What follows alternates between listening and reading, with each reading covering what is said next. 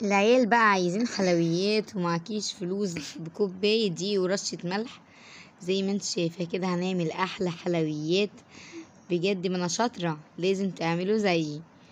بصوا، حلويات بقى بالسكر تحفة. عيالك كل شوية يقولولك اعملي لنا يا ماما. صرفت بقى، جبت كوباية دقيق ورشة ملح وعملت احلى تحلية هتعملوها. حاجة كده بقى بدون فرن، بدون بيض، بدون سمنة، بدون زبدة، بدون لبن، بدون اي حاجة. هي كوباية دقيق ورشة ملح هنعمل التحلية العسل دي. حاجة كده جميلة ومسكرة. يلا بينا على الطريقة والمقادير. هنجيب هنا كوباية دقيق ورشة ملح. طبعا انت بعد الوصفة دي ما تشوفيها تجربيها بكوباية دقيق هتعملي كوبايتين وثلاثة وعشرة كمان. هنا طبعا ولادي يقولوا لي ماما كوباية بس ازاي، لا اعملي لنا تاني. فرحت مزودة كوباية كمان. نحط بقى كوباية كمان كده بالشكل ده، وهتحطيهم عليهم الملح وتقلبي وبس. وتجيبي بقى شوية مية وتزودي سنة سنة لحد ما تعمل معاكي العجينة ايه، كورة، لحد ما تكوريها كده. تقعدي بقى تلمي العجين سنة سنة.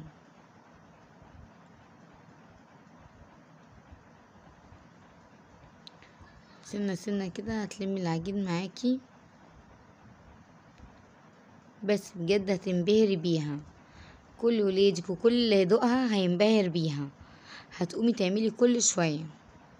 فعلا البيت اللي مفيهوش دقيق بيبقى فيه دقيق، يعني لو في بيتك فيه دقيق هيبقى فيه خير كله. تعمل لهم شوية تحلية زي كده، تعمل لهم تحلية برضو أنا عملتها قبل كده بكوباية دقيق ونص سكر ونص زيت. دي كانت جامدة جدا برضو، كان الكحك كان جميل قوي. ولو لسه تتفرجي عليا اشتراك ولايك كده حلو منك، متبخليش عليا. تسلم ايدك بقى على اللايك. جمعنا كده التحلية بتاعتنا، العجينة بتاعتنا. اسهل تحلية ممكن تعمليها في البيت بخطوات بسيطة جدا، وانتي قاعدة كده تقولي لبنتك تقومي تعملها. عيالك جعانين ولسه معملتش اكل وعايزين حاجة كده يحلوا بيها كده وتسد نفسهم. بعد الشر طبعا بألف هنا. تعمليها كده برضو هتشبعهم وجميلة، هتحلي. وبصي تبقى حلوة جدا جدا جدا معاكي، واي حد هيدوق منها هتعجبه قوي قوي قوي.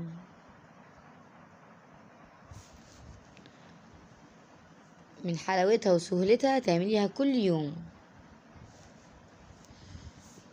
تجيبيها بقى كده وتفرديها.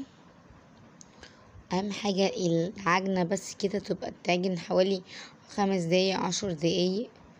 بس هي سهلة وما بتاخدش وقت خالص. لو مش حابة تعجنيها كتير عادي، مش حابة برضو تسيبيها ترتاح زي كده، انا سبتها ترتاح 10 دقايق بالظبط برضو عادي. طبعا ايه اللي على جنب ده طبق سكر بودرة عملته كده طحنته عشان هرش عليها كده من على الوش، وبرضو هحشيها من جوه سكر بودرة. ده حسب الرغبة، لو انت مش حابة تحطي من جوه سكر بودرة ما تحطيش. عايز تحطي سكر حبابات تحطي، مش عايز تحطي ما تحطيش حاجة خالص، براحتك. هي كده زي الفل. تفرجي بقى العجينة كده، تفرجي العجينة تفضلي رايحة جاية كده بيها لحد ما تفرد معاكي وتبقى رقيقة خالص. احنا مش محتاجينها تخينة نهائي. عندك بقى قطعات سيليكون، عندك قطعات قلوب ورد، عايزة تعمليها بالسكينة بصي زي ما انت عايزة. يعني انا عملتها كتير، مرة بالقطعات، مرة عملتها شكل فطاير. الشكل اللي يعجبك اعمليه.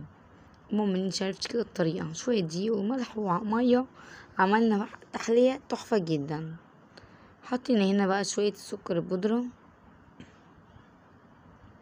ونقفل بقى كده العجين. نقفل بقى كده العجين بتاعنا وهنقطعه ايه اجزاء.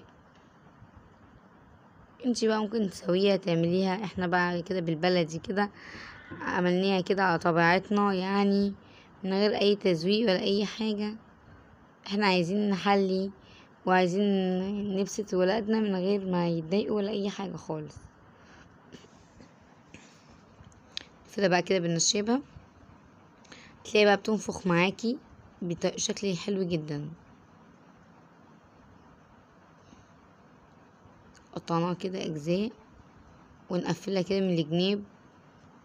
طبعا السكر حبيبات فعامل فراغ، هنقفلها كده بصوابعنا. لو انتي حمرتيها كده مفيش مشكله خالص. على زيت مغلي بقى على النار، وهنحط فيه الفطاير الجامده بتاعتنا دي. ولادك هينبهروا يقوليك يا ماما اعملها لنا كل يوم كل يوم، لحد ما تزهقي وتقولي يا ريتني ما قلتها لهم. اشتراك ولايك حلو منك كده بقى، قولي من اي بلد بتابعيني. وشكرا جدا جدا على المشتركين الجداد وعلى القدام اللي متابعيني على طول اللي بيدعموني. ربنا يا رب يديمكم نعمة عليا، واوصل بيكم كده باذن الله وفضل الله وفضلكم. اوصل بيكم لحد ما اخد الدرع، ولحد ما قناة تكبر وتبقى مليون مشترك. هنجيب بقى الزيت كده المغلي ونحطه كده على النار بالشكل ده. دي بقى معلقة افضل، يعني انا عملت بالشوكة بعد كده جبت معلقة. جيب معلقة افضل كده وطلعي عليها كده الزيت، هتلاقي مفقفقة كده معاكي. حاسبي بس ايدك احنا عايزين فطيرة اللي تفقفق مش ايدك، بعد الشر ربنا يعافيكنا يا رب. اعمليها كده، جيبي الزيت كده عليها هتلاقيها بتفتح كده معاكي بشكل جميل جدا. حطينا بقى كده الزيت بالشكل اللي انت شايفاه كده.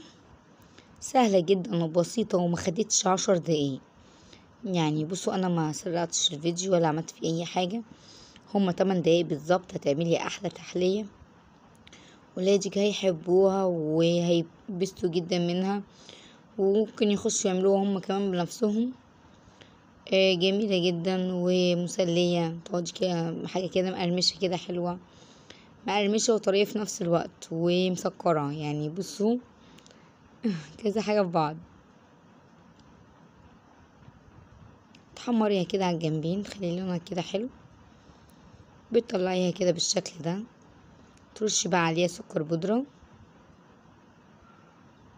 بس، مخدتش اي وقت ولا اي جهد. لو عجبتكم سهل اللايك، حطي لايك، حطي كومنت حلو زيك. واي حد بيدعمني انا بردله المدعمة بتاعته، وكمان ببسط جدا تعليقاتكم الحلوة. ربنا يخليكم لي يا رب، واشوفكم في فيديو جديد، والسلام عليكم ورحمة الله وبركاته.